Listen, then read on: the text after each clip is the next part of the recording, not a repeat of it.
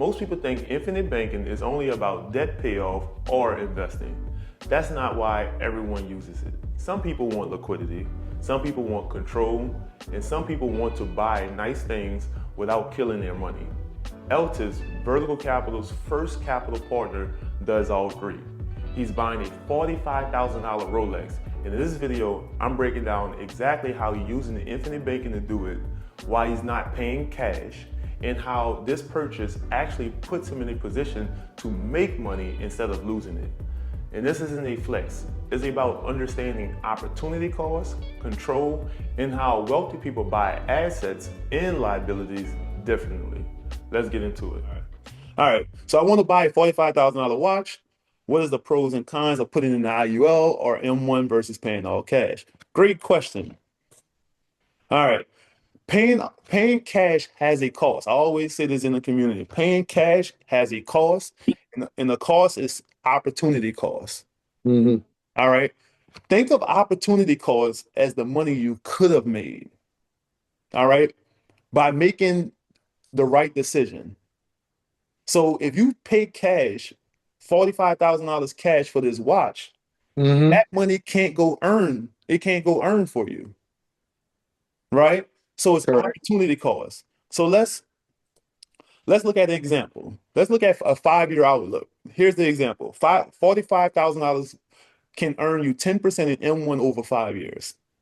All right. So in year one, if that 45,000 earned 10%, your portfolio will be at 49,500.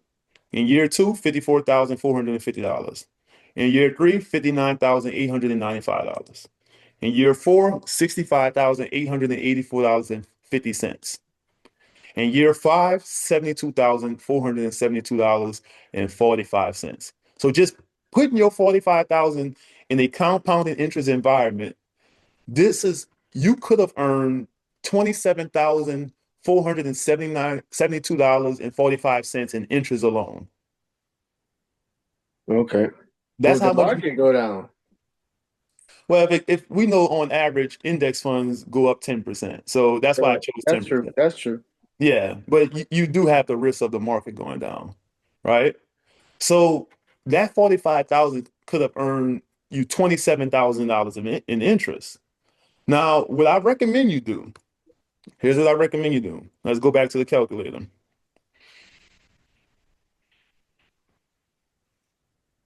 All right. Now, so the loan amount is 45,000. All right. Mhm.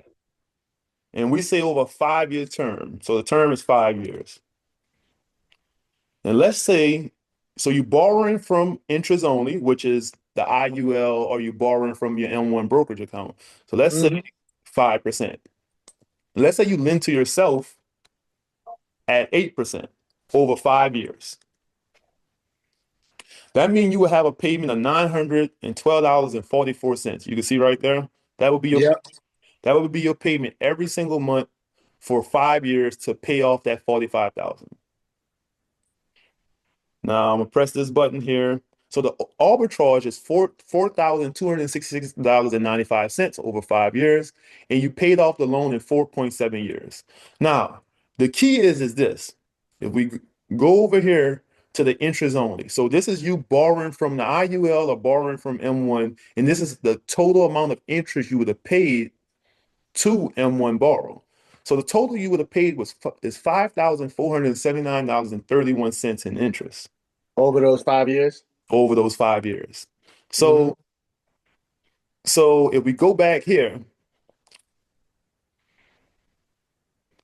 you earned 27,000, but you paid $5,400.